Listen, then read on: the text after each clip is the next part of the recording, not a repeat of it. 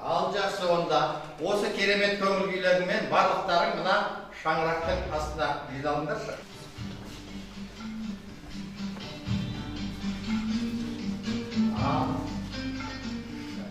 Ал балалар, осы шаңырақтың астында барлығымыз жақсы тілекті бір-бірімізге жолдап көрейікші. Ата-анама денсаулық тілеймін. Сәттілік жолдас болсын. Шаңырағымыз биік болсын.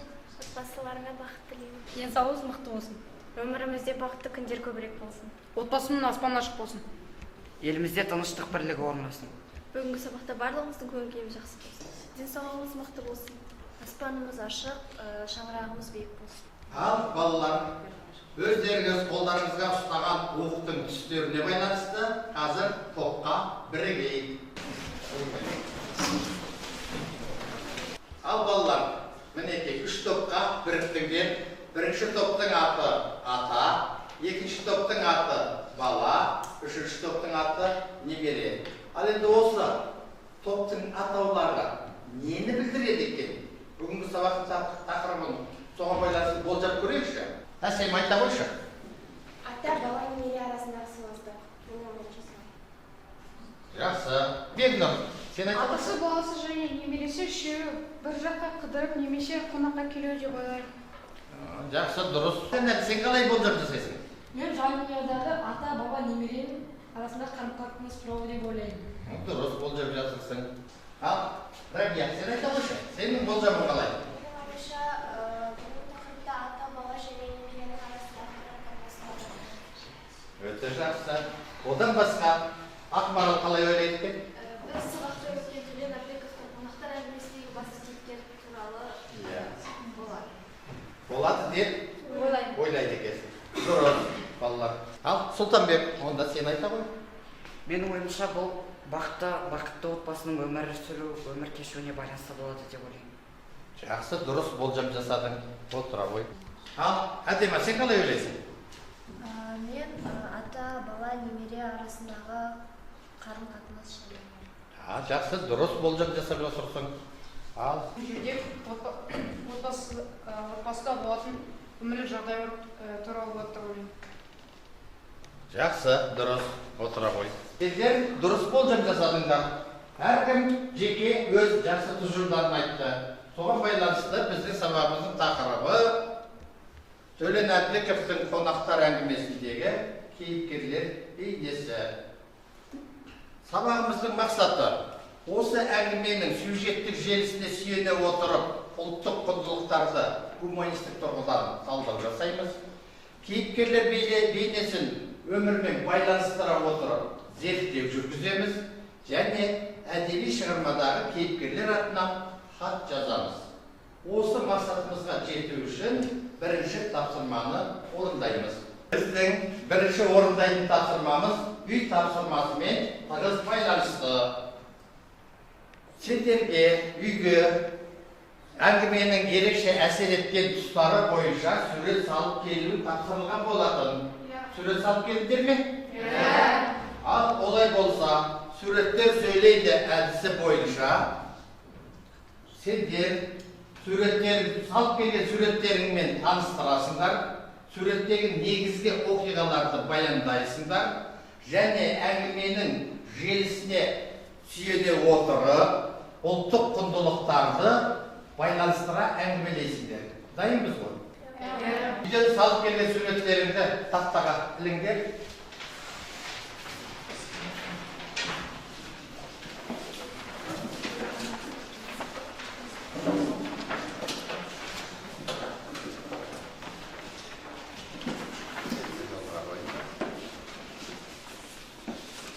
Ал балалар, әңгімені жақсы түсініп, үйге берілген тапсырма бойынша суреттерді жақсылап салған екенсіңдер. Ендеше, мынау бірінші суреттің иесі кім екен? Сұлтанбек, таныстыра ғой.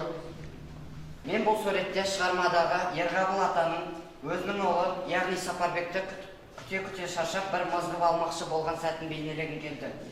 Бұл сәтте біз Ерғабыл атаның өзінің ұлына деген сағынышты көре аламыз. Осы сәтте Ерғабыл ата көліктің гүрілін естіп оянып кетеді. Өзінің ұлын құшағына алғысы келіп ұмтыла далаға шығады. Жақсы, отыра қой. Ал Қайсар, өз суретің туралы не айтасың? Мен бұл суретте Ерғабыл атаның көптен күткен қонақтарының келгенін, ол өзінің немересін құшағына басып сағынышын басып жатқан кезін бейнеледім. Өте дұрыс. Немересінің аты кім еді? Немересінің аты Жеңіс болады. Жақсы, отыра қой. Ал Айзада, сен өзіңнің салған суретіңді сөйлетіп көрші. Бұл суретте мен Ерғабыл қартқа баласы Сапарбектің шетелде жүріп естіген әңгімесінен көріп, ауыл әншісі Аспандиярдың қоңыр даусымен айтқан әні қаттырақ ұнағанын бейнелегім келді. Ерғабыл қарт баласы Сапарбектің мұжып айтқан әңгімесі ұнамады, келінінің қол аяғы жалаңаш болғаны ұнамады және немересі оған құшағына келмегені ұнамады.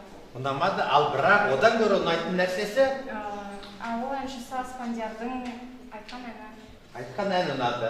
Ал енді осы сурет бойынша қандай ұлттық құндылықтарды байқап тұрмыз? Бұл суретте ұлттық құндылық ол домбыраны шерткен Аспандияр және ұлттық ән. Яғни ұлттық өнеріміз екен. Өте жақсы, отыра қой.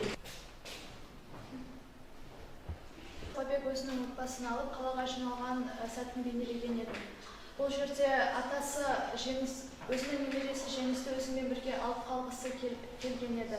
Алайда Сапарбек баласы бұл ауылда ешқандай орыс мектебі жоқ, қазақша білмейді деген ұстауларын айтып, баласын тастамай қалаға кетеді. Өте жақсы. Баласы келгенде қатты қуанған Сапарбек қарияның қалауы не еді? Ерғабыл қарияның қалауы өзінің қара шаңырақтың иесі болып, баласының ауылда қалған. Отыра қой. Әңгіменің аяқталуына байланысты да сурет салған екенсіңдер. Бұл сурет кімдікі еді? Төлен Әбдіковтің шығармасындағы ең соңғы бейнені суреттедім. Қайтып келмеуінен қайғырып, қыстауда ары қарай қалай жасайтынын болжап отырды. Ал балалар, бірінші тапсырманы галереяны шарлау әдісі бойынша бағалаймыз. Ол үшін алдарындағы жапсырма қағазға пікірлеріңді жазып, өздерің ұнатқан суретке барып жапсырыңдар.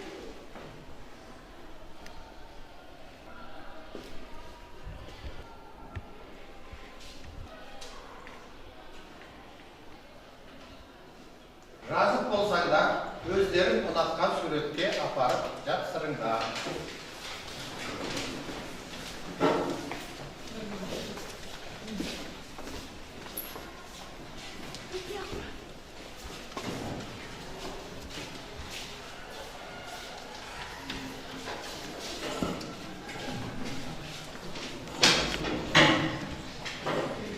Ал балалар, мінекей, өздерінің үйден салып келген суреттерін бойынша Сұлтанбек пен Айзаданың суреті өте жақсы баға алған екен. Бірінші тапсырманы орындау барысында сендер шығарманы жақсы меңгергендеріңді көрсеттіңдер. Шығарманың кейіпкерлері кімдер еді?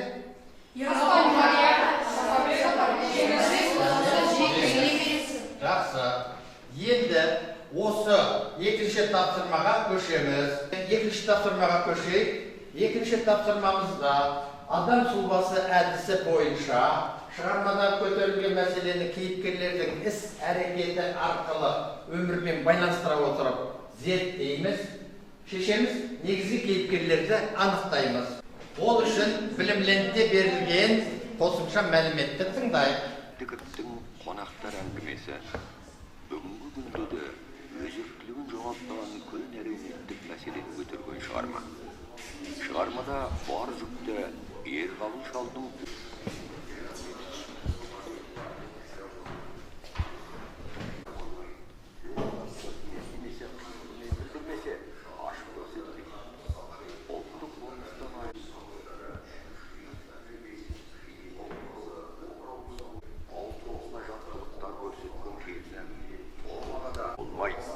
Ерғабыл шал үшін төтенсіздік, қара шаңырақ ұстап болған. Сөзімен өзгелермен қарым-қатынасы көтеріп тұр десе болмайды. Тыңдап болсақ, алдарында қағазда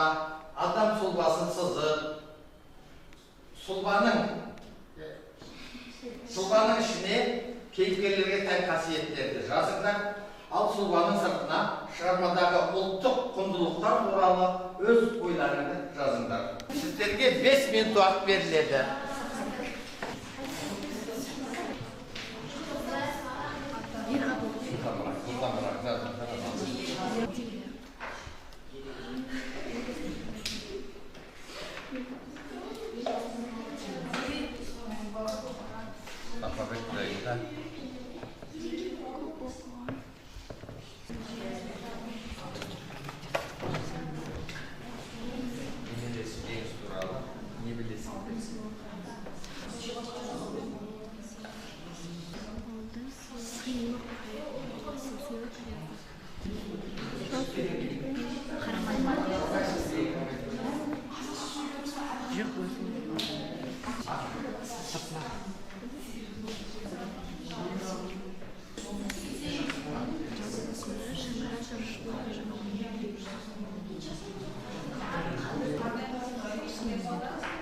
Ал балалар, сендерге берілген уақыт аяқталды. Орындаған жұмыстарың бойынша топ ішінен ақылдасып бір адам шығып қорғасын. Бізге берілген ол Ерғабыл қария. Ерғабыл қарияға біз мынандай мінездеме бердік. Сұлбаның ішіне дәстүрдің, ол ел дәстүрін құрметтейді. Ауылдың сыйлы қариясы, ол мейірімді және ақылды. Ол ұстамды және де қара шаңырақтың тірегі. Ал сұлбаның сыртына біз үзіндіден мынандай ұлттық құндылықтарды таптық.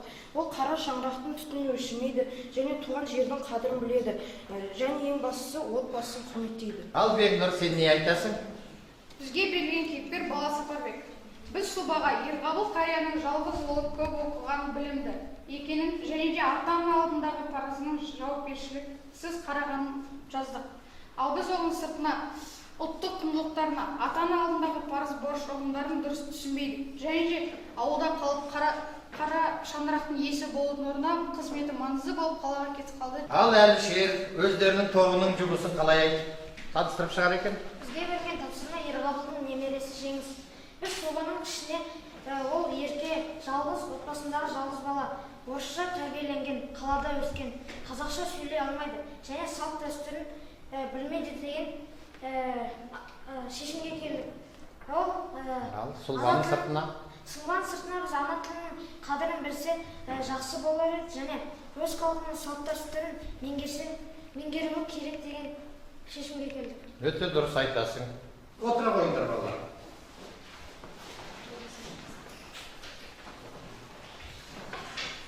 Ал балалар, екінші тапсырманы 2 жұлдыз 1 тілек әдіс арқылы бағалайық.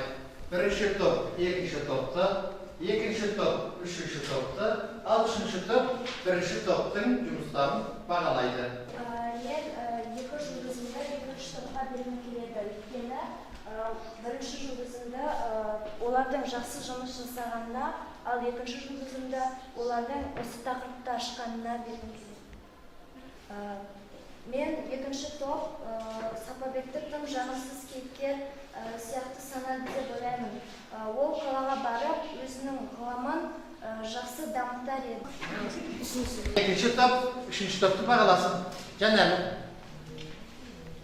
Мен 2 жұлдызымды немере тобына бергім келеді. Бірінші жұлдызымды бар ұлттық құндылықты аша білгеніне, ал екінші жұлдызымды жесті қасиеттерін жақсы таба білген бергім келеді.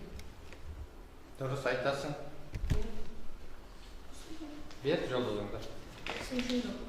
Ұсынысың? Жоқ. Ал үшінші топ. Бірінші топқа қандай баға берер едіңдер? Әбілқайыр. Мен бірінші топқа бірінші жұлдызында Ерғабыл ата туралы нақты деректермен дәлелдеп бізге түсіндіріп берген үшін беремін, ал екінші жұлдызында ұлттық құндылықтарды насихаттаған үшін беремін. Ал менің ұсынысым жоқ. Өте жақсы. Шығарманың желісіне сүйене отырып, сендер кейіпкер бейнесіне талдау жасай білдіңдер, әңгіменің мазмұнын аша білдіңдер. Оны бүгінгі таңда өмірмен байланыстыра отырып, ұлттық құндылықтарын керемет ашқан екенсіңдер. Өте жақсы. Енді келесі тапсырмамызға көшейік. әңгімедегі әдеби шығармамыздағы кейіпкерлер атынан хат жазамыз. Топта талқылап, үздік жұмыс автор орындығында оқисыңдар үздік жұмысты.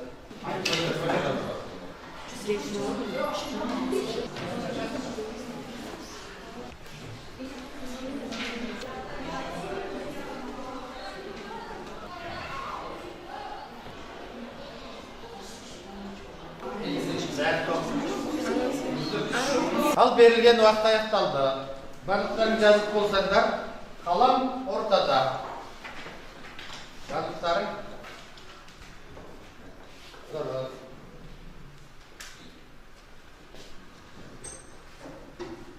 Мына қаламның иесі кім екен? Ал Арон автор орындығына келіп, өзіңнің жазған хатыңды оқи қой. Ерғабыл қария. Аудитория қазақтың жастары.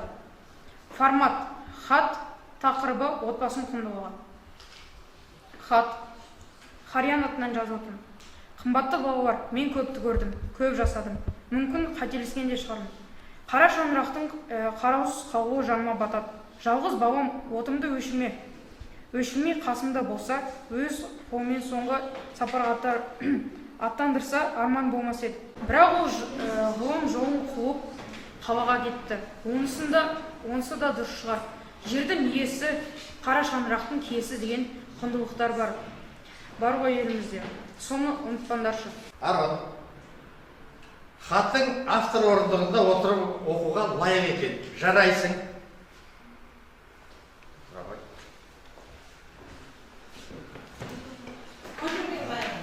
Мына қаламның иесі кім екен?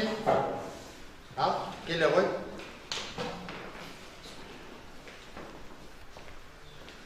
Роль Сапарбек. Аудитория Ерғабыл қария. Формат хат. Тақырыбы кешір шәке. Құрметті әке, сәлеметсіз бе? Қал жағдайыңыз қалай? Сіз маған ренжіп жүрген шығарсыз. Менің сізді ренжіткім келген жоқ.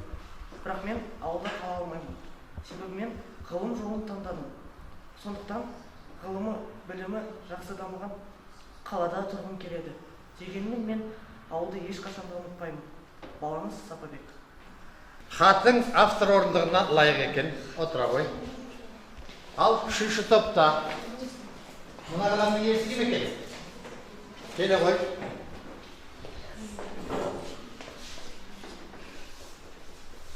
Роль немере жеңіс. Аудитория Ерғабыл қария. Тақырыбы атама хат. Сәлеметсіз бе? Сәлеметсіздер ме ата мен әже? Денсаулықтарыңыз жақсы ма? Сіздерді сағындым. Әкемнің жұмыстан қолы босаған күнді асыға күтемін. Сіздер де мені түсініңіздер. Менің ауылда қалғым келді, бірақ ауылда орыс мектебі жоқ екенін сіздер де білесіздер. Оған қоса ата-анамның да рұқсат бермей қойды. Демалыс күндері міндетті түрде сіздерге қонаққа келемін. Сіздің сүйікті немереңіз жеңіс. Жарайсың. Автор орындығында оқыған немеренің атынан жазған хатың өте әсерлі екен.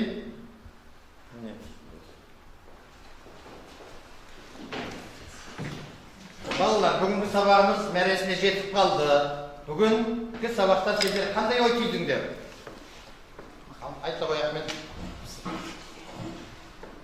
Мен бүгінгі сабақта туған жерде жер болмас, туған елде ел болмас деген мақал мәтелдей ой түйдім. Ал балалар, бүгінгі сабағымыз мәресіне жетейін деп қалды. Сендер әңгімені жақсы түсініп оқыған екенсіңдер. Сондықтан үй тапсырмасы беріледі. Ауылым алтын бесігім тақырыбына үйден эссе жазып келесіңдер. Бұл тақырыпты беру себебі барлығымыздың түп тамырымыз ауылмен байланысты. Ата-бабаларымыз сол ауылда өссе, ұрпақтар сабақтастығы сол ауылмен байланысты болып жатыр. Сабағымызға кері байланыс беру үшін 5 саусақ әдісін пайдаланамыз. Осы қолдарыңа таратылған параққа өз ой пікірлеріңді жазып бересіңдер.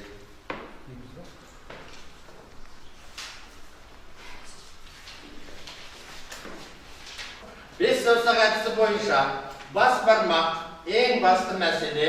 Бүгінгі сабақта ең құнды мәселе қандай болды? Балалы үйрек, бірлесу, мен топта қалай жұмыс жасадым, кімге көмектестім, кімге риза болдым. Ортан терең, ойлау, мен бүгін қандай білім мен тәжірибе алдым. Шүбек, шынайылық, маған сабақ ұнады ма? Неліктен? Кішкентай бөбек, көңіл-күй ахуалы. Мен бүгінгі сабақта өзімді қалай сезіндім? Ал, жаза қойыңдар.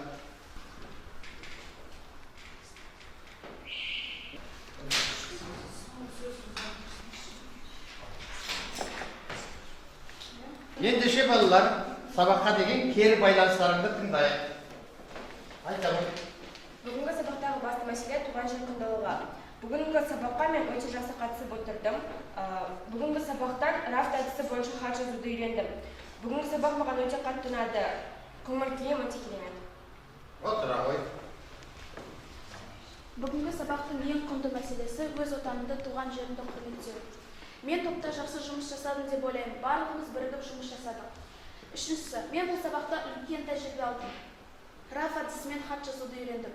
Төртіншісі, маған сабақ өте қатты ұнады. Қызықты өтті. Көптеген қызықты тапсырмалар орындадық. Мен бүгін сабақта өзімді керемет әрі еркін сезіндім. Өте жақсы. Ал, екінші топ тыңдап көрейік. Бірінші, қара шаңырақтың қазын қамтасы. Екінші, мен топта жақсы жұмыс жасадым деп ойлаймын. Топта барлығына барынша көмектестім.